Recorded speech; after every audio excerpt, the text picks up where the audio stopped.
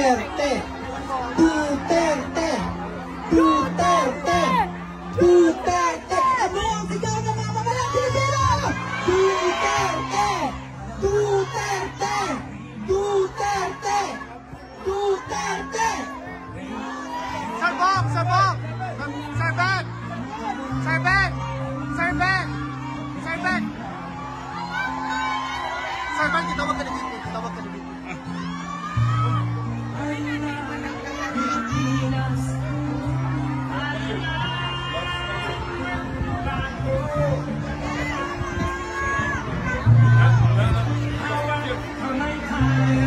Saman ba?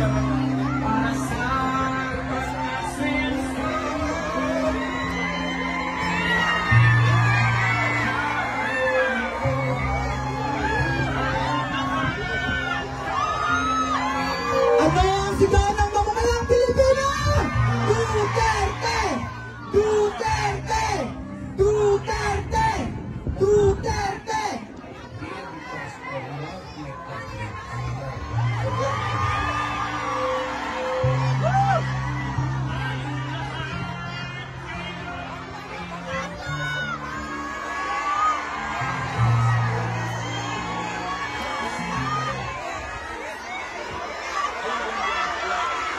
Ulit, ulit.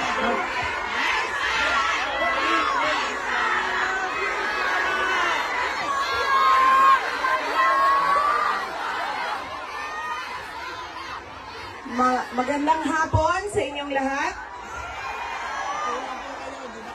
Unahin po muna natin ang ating pagpapasalamat sa Diyos dahil sa magandang araw na ito at sa safe na pagbiyahe ninyong lahat papunta dito sa The Hague, Netherlands. At syempre, dahil bumiyahe kayo papunta dito, ay mag-ingat kayo sa biyahe ninyo pauwi lahat sa inyong mga tirahan mamayang hapon.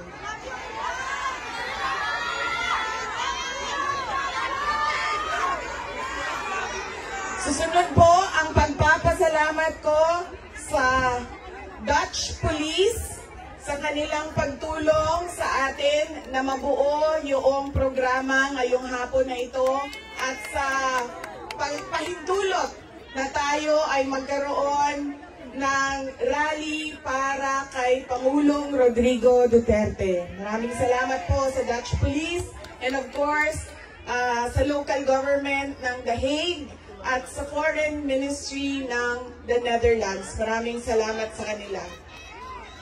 Ang susunod na pagpapasalamat po ay mula sa akin para sa ating mga organizers ngayong hapon na ito sa Executive Committee na nag-meeting araw-araw, iba't ibang time zone para pag-usapan kung paano natin maisagawa ang ating pagsuporta, pagpapakita ng suporta kay Pangulong Rodrigo Duterte na patiwasay at maayos ang ating pagsama-sama ngayong hapon na ito. Duterte! Duterte! Duterte! Duterte! Duterte! Kanina nung naglalakad ako papunta dito sa park, meron akong mga nakasalubong na mga galing Germany. At tinanong ko sila kung gaano katagal ang biyahe mo, ma'am, papunta dito. Sabi niya 9 hours daw. At 9 hours din daw siyang babiyahe pauwi. So ganyan ang pinapakita ninyo na pagsuporta kay Pangulong Duterte at pagmamahal sa ating bayan. Maraming salamat sa inyong lahat. Alam ko, lahat kayo may hanap buhay, may kailangan asikasuhin, may mga personal na pinagdadaanan, merong kailangan na paglalaban na gawin sa mga damit ninyo, paglilinis ng bahay, pagbayad ng utang,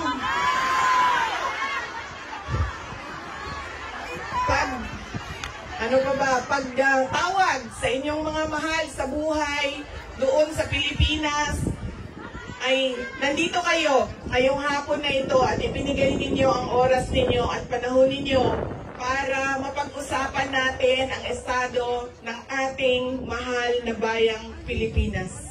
Maraming salamat po sa inyo. Pangit kasi. Naikwento ko na ito noon, pero mas mahalaga yung kwento ngayon dahil napag-usapan namin siya ni Pangulong Duterte doon sa loob ng detention center ng ICC. Noong ako ay bata pa, lagi sinasabi ng hindi niya sinasing yung generation ng tatay ko, 1940s, 1950s, 1960s, hindi sila yung mga magulang na tulad ngayon sa ating, na ini-explain natin sa ating mga anak kung bakit natin ginagawa ang mga bagay-bagay. Lagi dapat may explanation. Sa kanilang henerasyon ay diretso ka lang pagsasabihan or pagalitan. Ganun yung generation nila. Nung ako ay lumalaki, lagi niya sinasabi sa akin, hindi ka tao sa paningin ko kung hindi ka doktor o abogado. Lagi niya yang paulit-ulit habang ako ay lumalaki.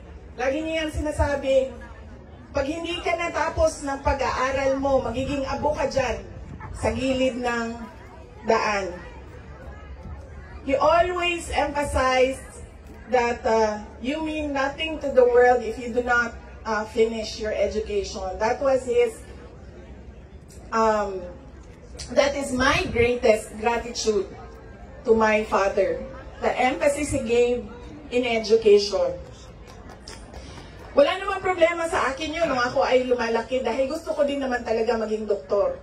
Kaya on that point, pareho kami ng, hindi ako yung pinipilit ng mga magulang na magdoktor ka kahit ayaw. So walang naging problema sa amin doon. Pero nung hindi man naging successful yung aking pagpasok sa medisina, ay lumipat ako sa pagiging abogado dahil binigyan din naman ako ng option ng aking tatay na pwede ang abogado. Yun lang ang katanggap-tanggap sa kanya, maging abogado o maging doktor. Noong nakapag-usap kami, noong isang araw, sabi niya sa akin, naging forceful ba ako, mapilit ba ako sa pagsabi ko sa iyo na maging abogado ka? Sabi ko, oo. Sinasabihan mo ako, pinapagalitan mo ako.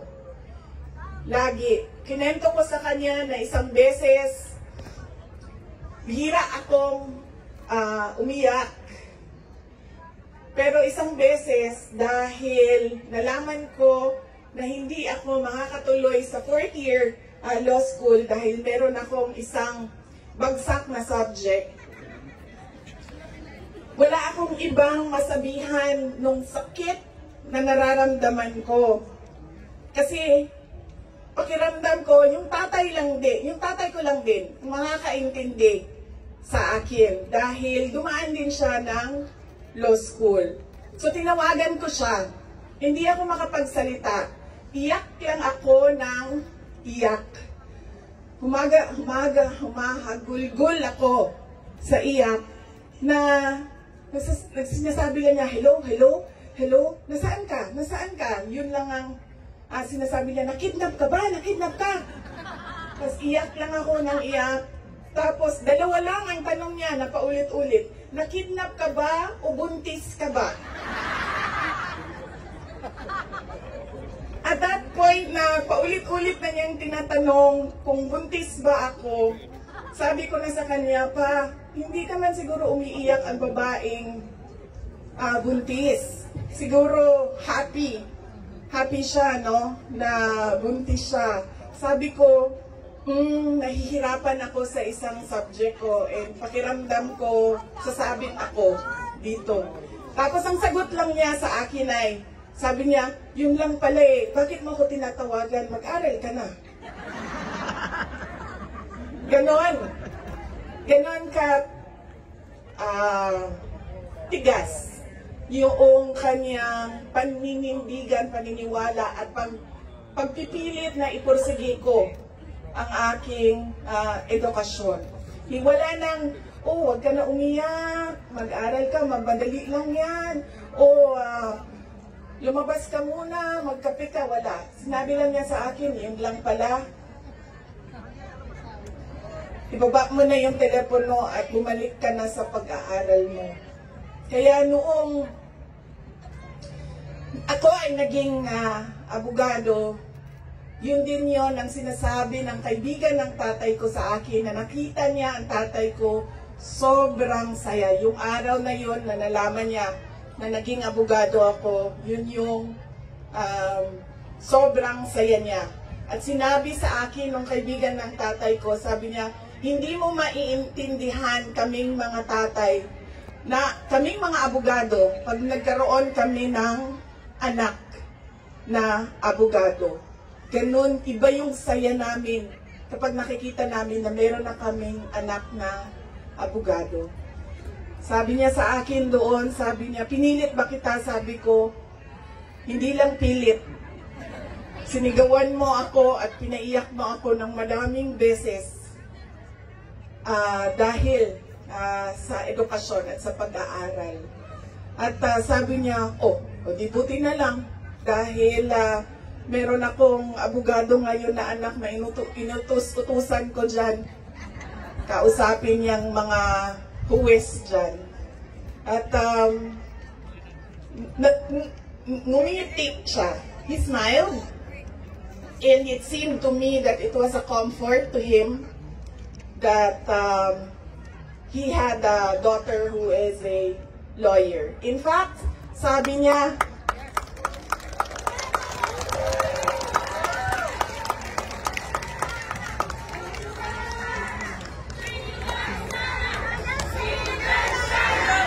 Inday Sara Duterte! Inday Sara Duterte! Inday Sara Duterte! sabi niya, lagi, pag pumapasok ako doon at nagkakaroon kami ng oras na makapag-usap, sinasabi niya, kailan ka ba uwi ng Pilipinas? Anong date ka uuwi ng Pilipinas? Anong ginagawa mo dito? Bakit hindi ka pa umuwi sa Pilipinas? Sinasabi ko sa kanya, inaayos ko lang yung sistema dito at pagkatapos inaantay ko yung mga kapatid ko na pumunta dito. At sinabi niya, ito din, may patama din or diretso din, bullseye din sa edukasyon. Sabi niya, sabihan mo si Paulo na okay lang ako. At huwag siyang pumunta dito hanggang hindi matapos ang eleksyon at maging congressman siya ng 1st District ng Davao City. Yes! At sabi niya, sabihin mo kay Baste, hindi siya pwedeng pumunta dito hanggang hindi matapos at ma-elect siyang Vice Mayor ng Davao City. Ito ang pinakamatindi dahil pinagtatawanan namin siya sa group chat namin. Kaming magkakapatid 4, meron kaming group chat. Dahil ang sinabi niya kay Veronica, sabi niya, sabihin mo kay Kitty, hindi siya pwede bumisita dito hanggang hindi siya abogado.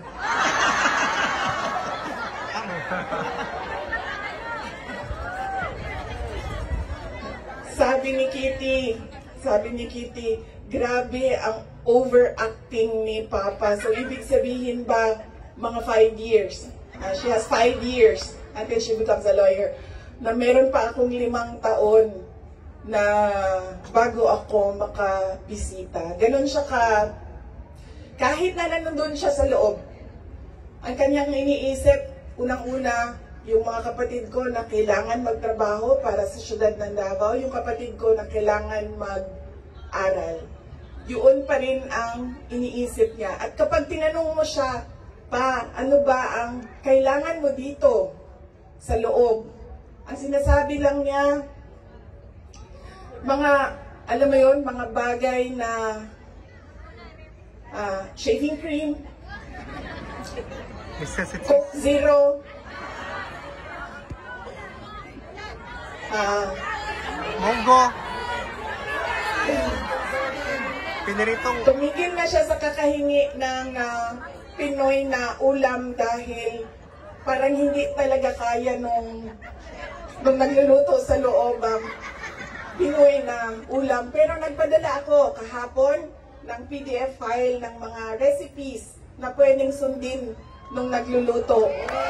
Yes! Duterte! Duterte!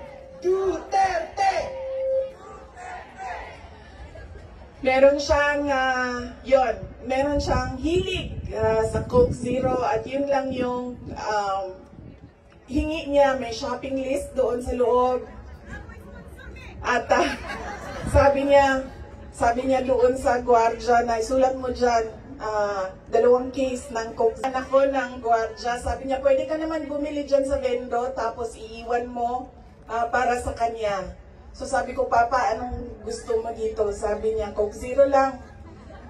So bumili akong 4 na Coke Zero, iniwan ko sa kanya. Sabi ko pa, that's 1 for each day pa ha. So today, tomorrow Saturday, tomorrow Sunday, Monday, Tuesday, Wednesday. Dahil darating na yung grocery list mo by Wednesday. At sagot niya sa akin, bakit isa lang? Sabi naman nung gwardiya, sabi niya, he has to have at least 2 because he already drank upstairs 1 Coke Zero. And then sabi ko, sige pa, sabi ko, babalik naman ako sa Lunes. Sabi ko, 2, bukas Sunday, and 2 sa Monday, tapos i-replenish ko na lang yung Coke Zero mo. Sabi ko sa kanya, alam mo pa, sinasabi sa iyo ng doktor, maglakad ka daw. Huwag kang nakaupo lang sa kwarto mo. Tapos sabi ko, pwede ka naman, allowed kayo na lumabas dyan. Sabihan niyo lang ang gwardiya. Sabi niya, ayoko maglakad sa labas kasi baka didiretso ako sa gate at umalis sa lugar na ito.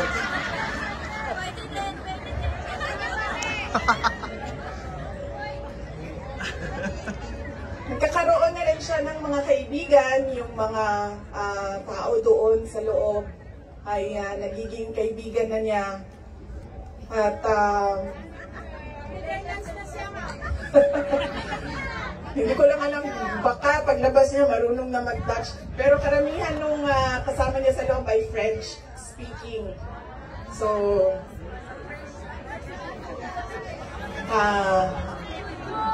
baka paglabas niya, no, hindi na kayo kay tamao magbinisaya, tingala tama. Voulez-vous coucher avec moi? Tingala na. Whatever that means. So, on that point, he is okay. Okay naman siya. Pero as a lawyer, kasi alam niya yung batas eh. Alam niya kung anong nangyayari. Kaya medyo persuasive siya. And lagi niyang inuulit-ulit kung ano yung kailangan gawin para sa kanyang kaso. At lagi siyang nagtatanong ng timelines dahil alam naman natin sa korte ay medyo may kabagalan. Diba? Magsasagutan, ang prosecution, ang defense, maraming mga papel na kailangan ipasok at antayin ang oras. Kaya siya din ay insistent sa mga timelines niya. Pero ang sinasabi niya lagi, alam niya na mali ang ginawa, and at to the very minute na tinulak siya paakyat ng eroplano, ilang beses niya sinabi na I want to be tried in a Filipino court before a Filipino judge and a Filipino prosecutor. Because he knew that number one, wala talagang basehan yung kaso. 43 counts of murder. Ang sinasabi nila na thousands. Totoo yan, ma'am. Kaya minsan naisip ko, naging kaso lang ba ito dahil sinusulat sa media na thousands ang namatay? I do not even understand paano naging crimes against humanity ang 43 counts of murder na ngayon ay lumalabas. Hindi naman ata totoo lahat yung mga witnesses at yung mga complainants. But that is a thing for the courts and the lawyers to discuss inside. Ano bang pwede nating gawin? Ang pwede nating gawin ay i-demand na ipauwi or iuwi nila si Pangulong Duterte. Bring him home! Bring him home! Bring him home! Bring him home! Bring him home! Bring him home!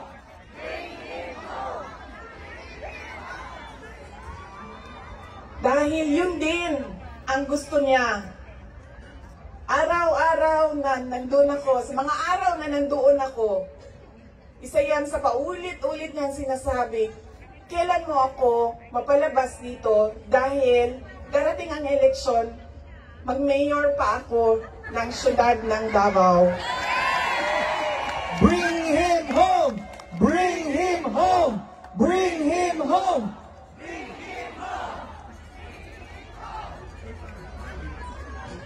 At yun ang gusto niya. Gusto niyang umuwi. Sinabi ko din sa kanya yon pa.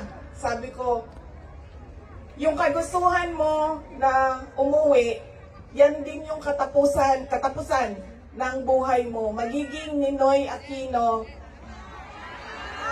Jr. ka. At sinabi niya sa akin, sabi niya, kung ganyan ang kapalaran ko, then so be it. Basta lang mauwi ako sa Pilipinas.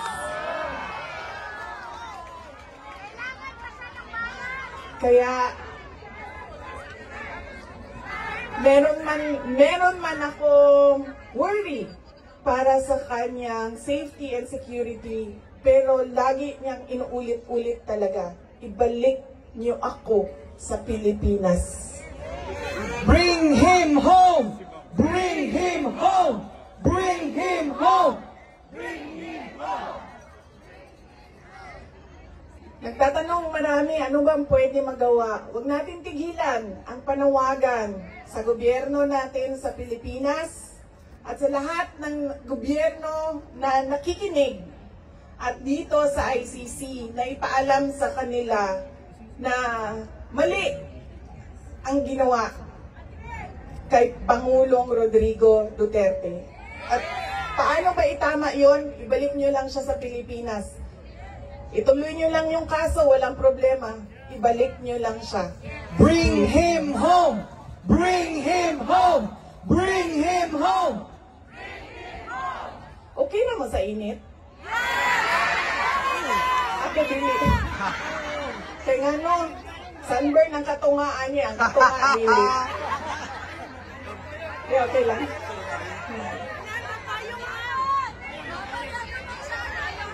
Fresh maghapon, ma'am. Hindi, okay lang, okay lang. Dibangan lang tamo. Naka-ready ang sunblock din doble. Doble. Fresh maghapon. Okay lang, sir. Kaya di nila makita na ako ang mata kung magkalok ka. Oo. Okay? Unsa pa ba? Ano pa ang pwede natin gawin?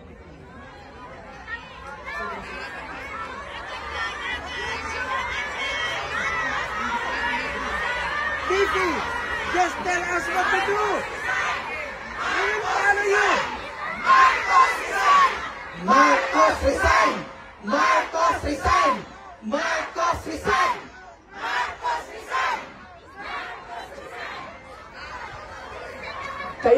nagsabi niyan, hindi ako ha. Bukas, suspended na kayong lahat. Nakulong na kayong lahat sa sedition. At kayo, hindi na kayo makakauwi dahil kinulong na kayo dyan sa...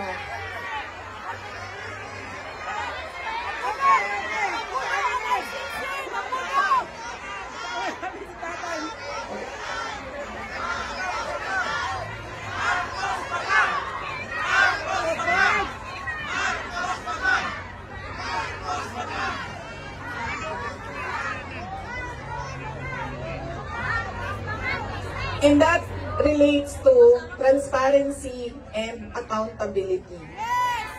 Alam niyo kasi, ang pagiging Pangulo, dapat nasa tamang pag-iisip ka. Kapag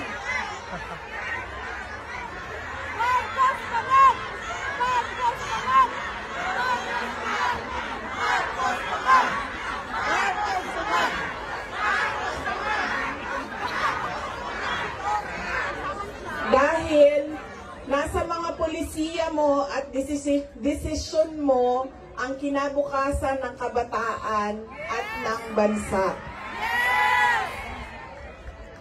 Kaya yung pagsasabi na hindi mahalaga ang drug test sa aking kapasidad at abilidad na mamuno is tantamount to betrayal of public trust.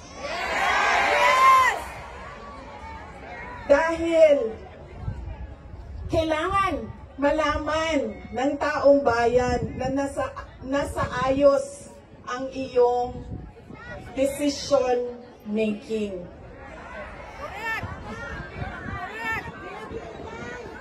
Kaya hindi lang naman natin pwede sabihin, Marcos resign. Bakit ba kailangan resign? Dahil hindi mo pinapakita sa taong bayan na maayos kang mag-isip at kaya mo ang mamuno.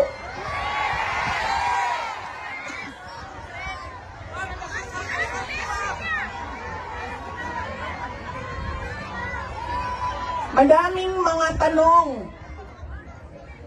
na nasa loob na ng korte.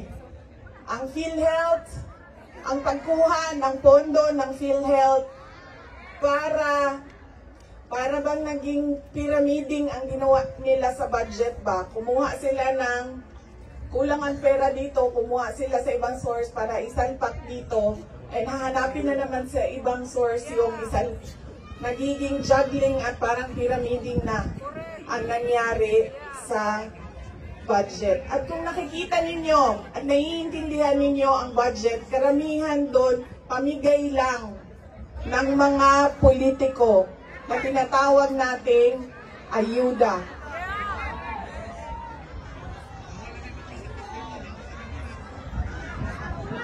Tumakbo kami sa plataforma ng unity at continuity. Continuity, kasali na doon ang big ticket projects o mga build projects ni Pangulong Duterte. Pero wala kayong nakikita ngayon na development projects. Dahil lahat yon ay nakatago sa mga proyekto na pamigay o nandoon lang sa bulsa ng kontraktor at ng politiko na gumawa kuno ng project.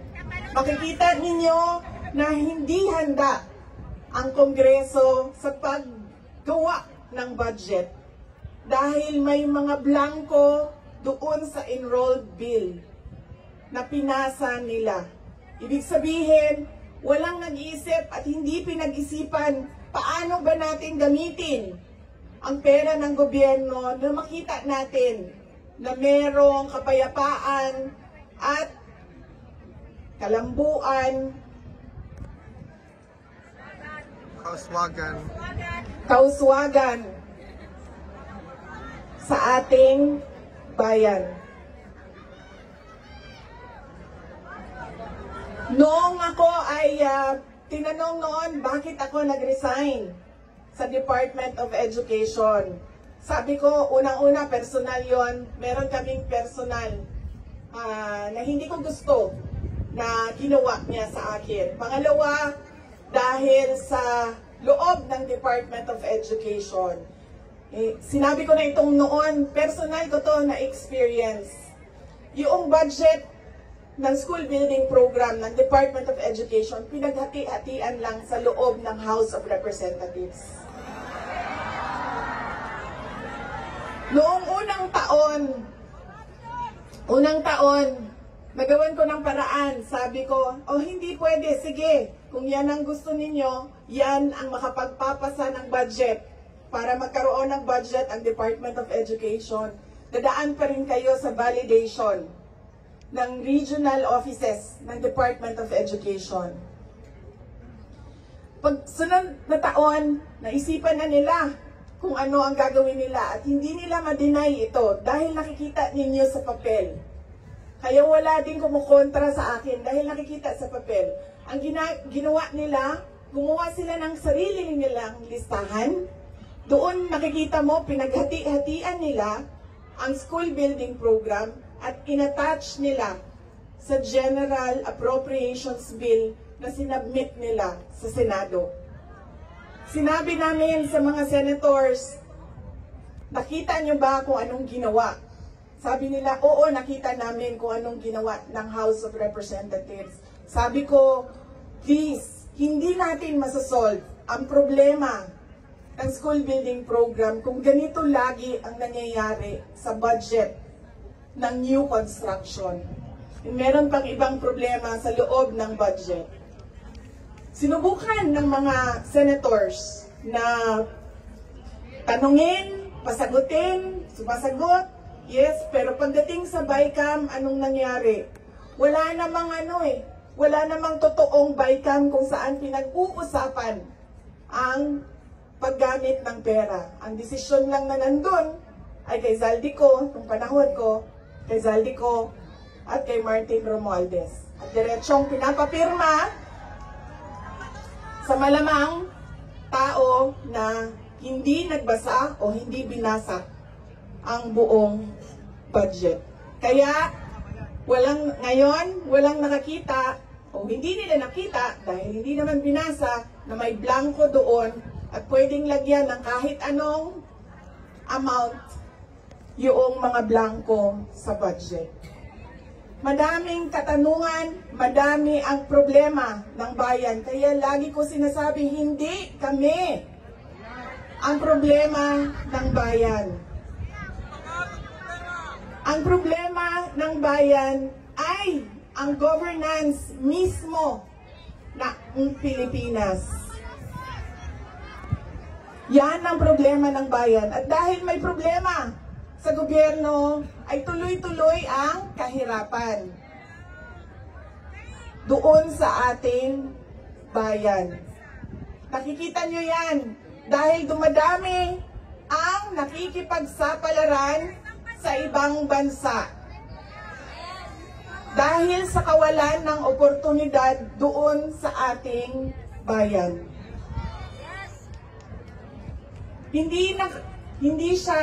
We should not be proud that we are exporting our countrymen, our workforce abroad dahil, wow, ang daming dollars na pumapasok sa Pilipinas dahil sa padala. Hindi yan siya nakakatuwa. Dahil ang isang bansa, dapat meron siyang oportunidad na binibigay sa kanyang mamamayan. Hindi lang yan. Decent housing, peace and order, quality healthcare. Nakikita nyo yan dito sa mga bansa kung nasaan kayo. At kaya kayo nandito dahil hindi nyo yan nakikita doon. And apparently, tayo lang yung nakakakita, yung nakaupo doon, hindi nila nakikita. Correct. Ayaw din yan.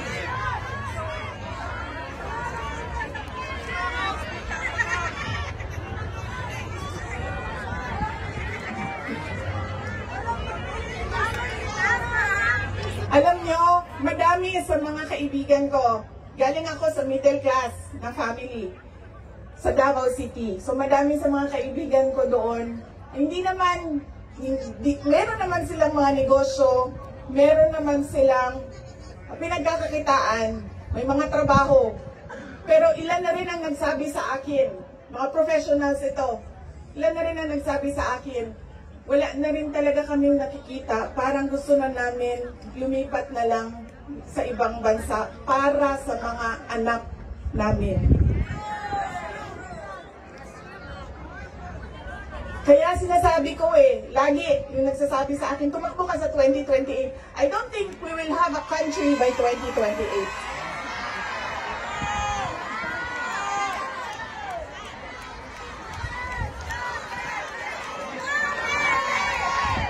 Duterte! Duterte! Duterte!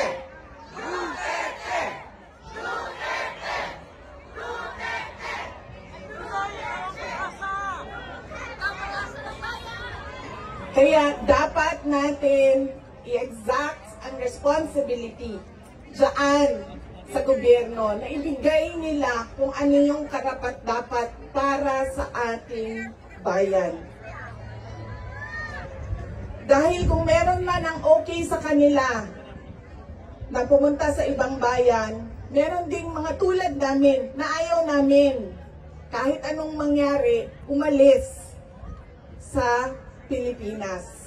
Dahil gusto namin doon magpamilya, doon palakihin ang aming mga anak. Kaya dapat meron tayong nakikita kung ano yung dapat para sa isang bayan. At alam niyo yon kasi nakikita niyo yan. Kasi nakaikot na kayo sa iba't ibang bansa.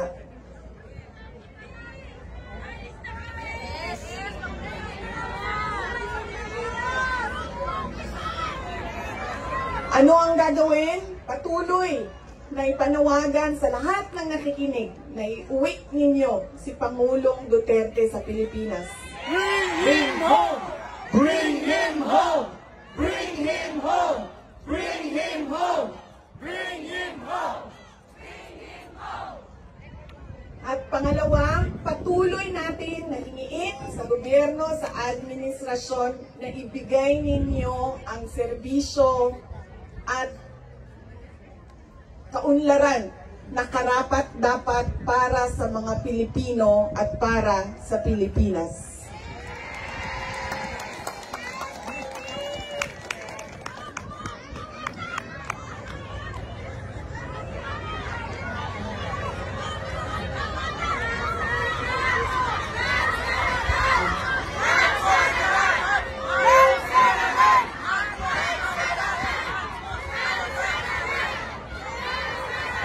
Sa kagahi, sa ako ang bantak din naman din, naging ko karan. Nagpugong yung ko nga, manili ko mahulog.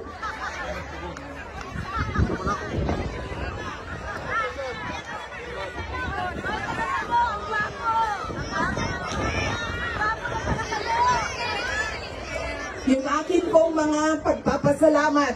Una po, kanina meron na akong mga pagpapasalamat opening sa Diyos, sa ating host government, sa police, sa local police. Yung aking mga pagpapasalamat sa inyo, sa oras ninyo. Ang aking mga pagpapasalamat sa inyong patuloy na suporta sa aking opisina, ang Office of the Vice President.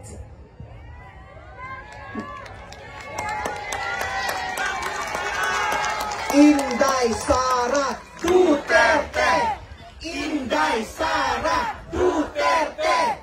Inday Sara Duterte!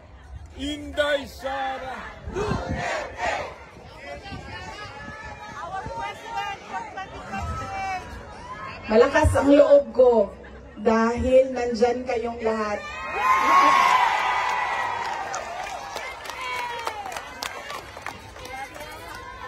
Kanina noong papasok ako dito, marami ang nagsabi, be strong, be courageous.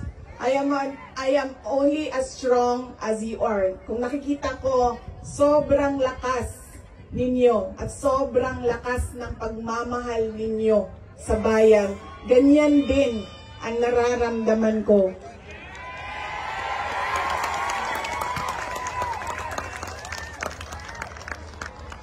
Ang pagpapasalamat ng aming pamilya, ang pamilya Duterte, dako kaayo mi og utang ang kabubuton kaninyong tanan.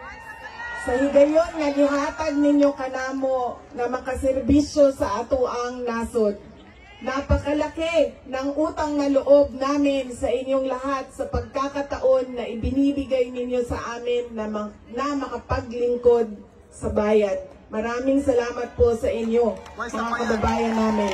Why sa Payan, VP?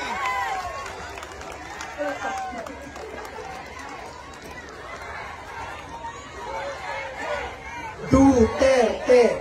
Duterte! Duterte! Duterte! Huwag ninyong kalimutan, ayaw ninyong kalimti ang kausa. Huwag ninyong kalimutan ang laban. What is our cause? Our cause is for our country. Yes. Ang laban na ito ay para sa bayan. Yes. Mga kababayan, ang lahat ng ginagawa natin ay para sa Diyos, sa bayan, at sa bawat pamilyang Pilipino. Syukran. Duterte! Duterte! Duterte!